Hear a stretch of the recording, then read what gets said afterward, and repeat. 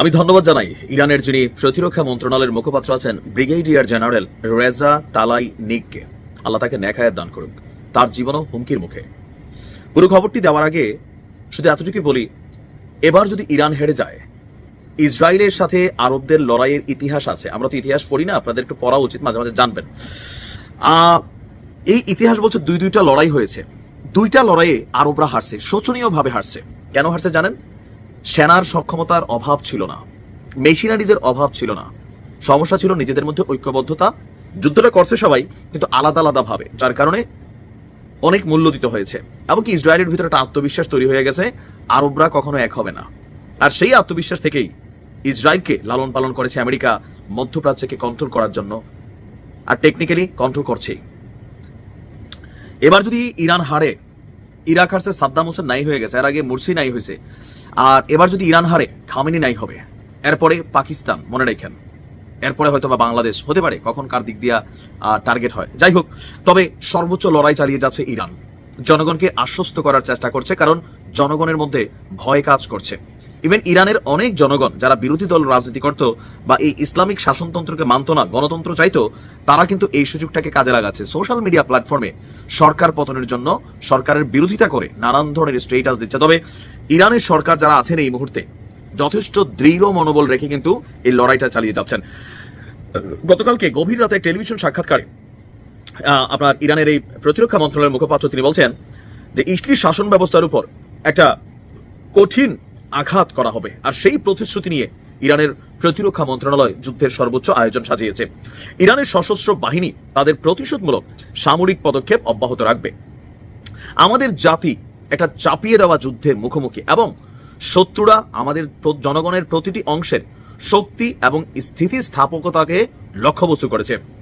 এই সময় ইরানের প্রতিরক্ষামূলক অবস্থানের উপর জোর দিয়ে তিনি বলছেন, একই সাথে ইরানি জাতিকে রক্ষা করার জন্য উপলব্ধ, মানে নিজেদের কাছে যা আছে সকল ধরনের ব্যবহার, আমরা উপায় তারা ব্যবহার করার জন্য প্রস্তুতির কথা জানিয়েছেন। তিনি বলছেন, আমরা দৃঢ়ভাবে একটি প্রতিরক্ষামূলক অবস্থানে আছি, কিন্তু আমাদের সমস্ত আক্রমণাত্মক এবং প্রতিরক্ষামূলক ক্ষমতা আমরা ব্যবহার করার সিদ্ধান্ত নিয়েছি।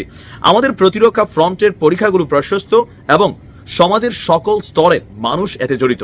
ইরানের বিরুদ্ধে দীর্ঘস্থায়ী যুদ্ধ সহ্য করার ক্ষমতা ইসরায়েলের নেই, তিনি দাবি করে বলছেন, শত্রুরা যুদ্ধে টিকে থাকতে পারবে না, এবং এটি চলতে থাকলে ইসরায়েলের সরকারের কোমর ভেঙে যাবে। তিনি বলছেন যে প্রতিশোধমূলক ব্যবস্থা নেওয়ার জন্য ইরান প্রথমবারের মতন একটি নতুন ক্ষেপণাস্ত্র ব্যবস্থা সামনে ব্যবহার করতে যাচ্ছে। ইতিমধ্যেই আমি বলছিলাম যে অক্টোপাসের একটা ঝাঁক পাঠাইছিল, এখানে বিভিন্ন ধরনের আপডেট ভার্সন বা বিভিন্ন যে মেশিনারিজ গুলো আছে ক্ষেপণাস্ত্র, সেগুলো কিন্তু একটা ট্রায়াল ভার্সন করছে, সম্ভবত সেইখান থেকে কোনো একটাকে পিক এন্ড চুজ করছে, নাম প্রকাশ করা হয়নি। তিনি বলছেন যে আজ আমরা প্রথমবারের মতন আমাদের একটি নতুন ক্ষেপণাস্ত্র ব্যবহার করেছি, এবং ইসরায়েল বুঝতেও পারেনি যে এটি মোতায়েন করা হয়েছে। তাদের জন্য এই ধরনের আরো অনেক বিষয় অপেক্ষা করছে, যা আমরা খুব শীঘ্রই শত্রুদের উপর ব্যবহার করতে যাচ্ছি। তবে ইরানকে অনেক মূল্য চুকাতে হবে, এটা কিন্তু সত্য, অনেক মূল্য চুকাতে হবে। কারণ লড়াইটা তো দেখেন শুধুমাত্র ইসরায়েলের বিরুদ্ধে না, পুরো পশ্চিমা ফোর্স সাপোর্ট শুরু করে দিছে, তো এটা তো সম্ভব না। ইরান অনেক ক্ষতিগ্রস্ত হবে, তারপরেও লড়াই থেকে পিছপা হবে না, বা কতক্ষণ টিকে থাকে সেটাই দেখার অপেক্ষায়। দোয়া রইল, ভালো থাকুন। আমি ধন্যবাদ জানাই ইরানের যিনি প্রতিরক্ষা মন্ত্রণালয়ের মুখপাত্র আছেন ব্রিগেডিয়ার জেনারেল রেজা তালাইনিককে। আল্লাহ তাকে নেক হায়াত দান করুক, তার জীবনও হুমকির মুখে। পুরো খবরটি দেওয়ার আগে শুধু এতটুকুই বলি, এবার যদি ইরান হেরে যায়, ইসরায়েলের সাথে আরবদের লড়াইয়ের ইতিহাস আছে। আমরা তো ইতিহাস পড়ি না, আপনাদের একটু পড়া উচিত, মাঝে মাঝে জানবেন। এই ইতিহাস বলছে দুইটা লড়াই হয়েছে, দুইটা লড়াইয়ে আরবরা হারছে, শোচনীয়ভাবে হারছে। কেন হারছে জানেন? সেনার সক্ষমতার অভাব ছিল না, মেশিনারিজের অভাব ছিল না, সমস্যা ছিল নিজেদের মধ্যে ঐক্যবদ্ধতা। যুদ্ধটা করছে সবাই, কিন্তু আলাদা আলাদা ভাবে, যার কারণে অনেক মূল্য দিতে হয়েছে। এমনকি ইসরায়েলের ভিতরে একটা আত্মবিশ্বাস তৈরি হয়ে গেছে, আরবরা কখনো এক হবে না।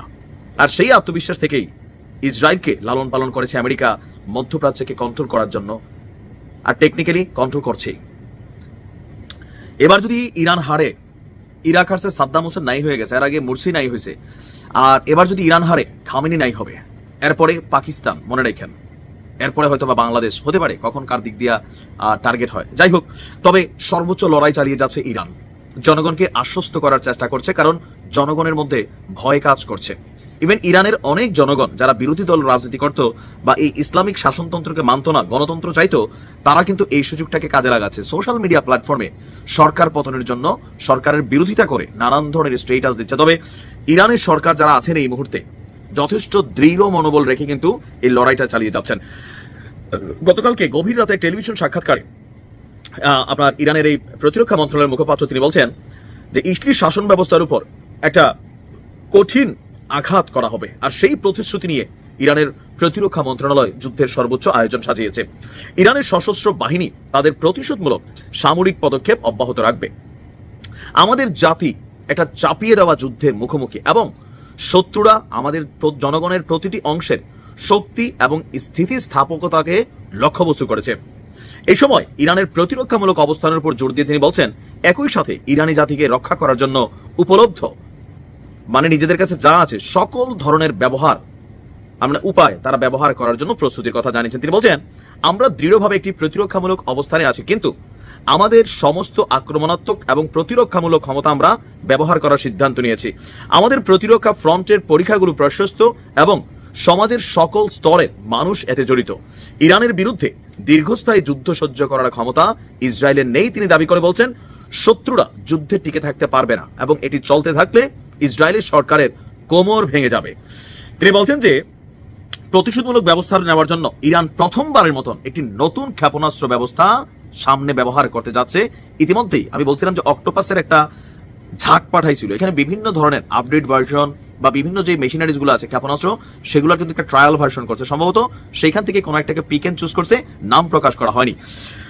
তিনি বলছেন যে আজ আমরা প্রথমবারের মতন আমাদের একটি নতুন ক্ষেপণাস্ত্র ব্যবহার করেছি এবং ইসরায়েল বুঝতেও পারেনি যে এটি মোতায়েন করা হয়েছে। তাদের জন্য এই ধরনের আরো অনেক বিষয় অপেক্ষা করছে, যা আমরা খুব শীঘ্রই শত্রুদের উপর ব্যবহার করতে যাচ্ছি। তবে ইরানকে অনেক মূল্য চুকাতে হবে, এটা কিন্তু সত্য, অনেক মূল্য চুকাতে হবে। কারণ লড়াইটা তো দেখেন শুধুমাত্র ইসরায়েলের বিরুদ্ধে না, পুরো পশ্চিমা ফোর্স সাপোর্ট শুরু করে দিছে। তো এটা তো সম্ভব না, ইরান অনেক ক্ষতিগ্রস্ত হবে। তারপরেও লড়াই থেকে পিছপা হবে না বা কতক্ষণ টিকে থাকে সেটাই দেখার অপেক্ষায়। দোয়া রইল, ভালো থাকুন।